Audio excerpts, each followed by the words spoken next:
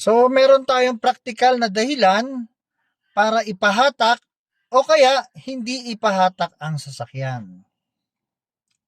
So, ano ba yung praktikal na dahilan para ipahatak na natin yung sasakyan? Halimbawa ho, kung di nyo na ho kayang bayaran, 1 month, 2 months, nag-request na yung bangko na kailangan nyo ng temporary surrender, at kung tingin nyo hindi naman kayang bayaran, better surrender nyo na po. O kaya kung lumagpas man, continuous lang po yung pagkikipag-negotiation sa bangko na eto, meron kayong promise to pay kung kailan kayo magbabayad. At sasabihin nyo na kaya nyo namang magbayad. Pero syempre kung yan ay medyo tumagal na at malalagay na kayo sa alanganin na posibleng mapailan na kayo ng demanda o malalabasan kayo ng writ of replevin, better pa rin na pinapayo ko i-voluntary surrender nyo na yung sasakyan. So meron tayong isa pang dahilan na pwedeng hindi natin ibigay. Kung ang sasakyan mo ay maliit na lang ang utang, better pwede tayong gumawa ng solusyon na ipa-refinancing nyo na lang ito. Ano ibig sabihin ng refinancing? Ito po yung ipipay off ng isang company dun sa bangko. Ngayon kapag ka-pay off, dun na kayo sa kanila maghuhulog ng monthly. At least, pansamantala na nakapagpahinga kayo ng 1 month at hindi nahatak yung sasakyan. So magkakaroon kayo ng panibagong paghuhulog dun sa financing na nag-pay off.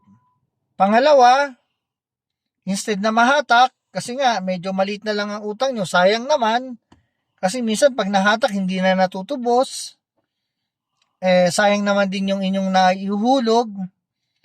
Pwede naman kayo mag-request ng pay off amount, benta nyo sa mga kaibigan ninyo. Halimbawa, kung Toyota Vios yan, ang utang mo 150 na lang. Siyempre, kaysa wala kang mabawi, benta mo sa kaibigan mo 250 o 300, di may nakuha ka pang sukli. Ang malaga rito, i-pay off nyo pa rin si bangko o financing. O kung hindi man, may ibang mga buyer na willing silang bayaran yan dun sa bangko. Halimbawa, binenta nyo ng 300,000, 150 lang ang utang nyo sa bangko. So, yung sobra sa inyo na at yung sasakyan nyo, dun na yun sa buyer mapupunta. So, usap na lang kayo kung paano ang gagawin para dun sa mga dokumentong kakailanganin ng buyer. Siyempre, sa inyo pa rin kasi i-release yung original na ORCR. So, yun yung mga paraan na practical ba na isurrender nyo. Ha? Lalo na kung malaki ang babayaran, di better surrender. O practical ba na ibenta nyo na lang o kaya ipa-refinance nyo dahil maliit na lang ang utang.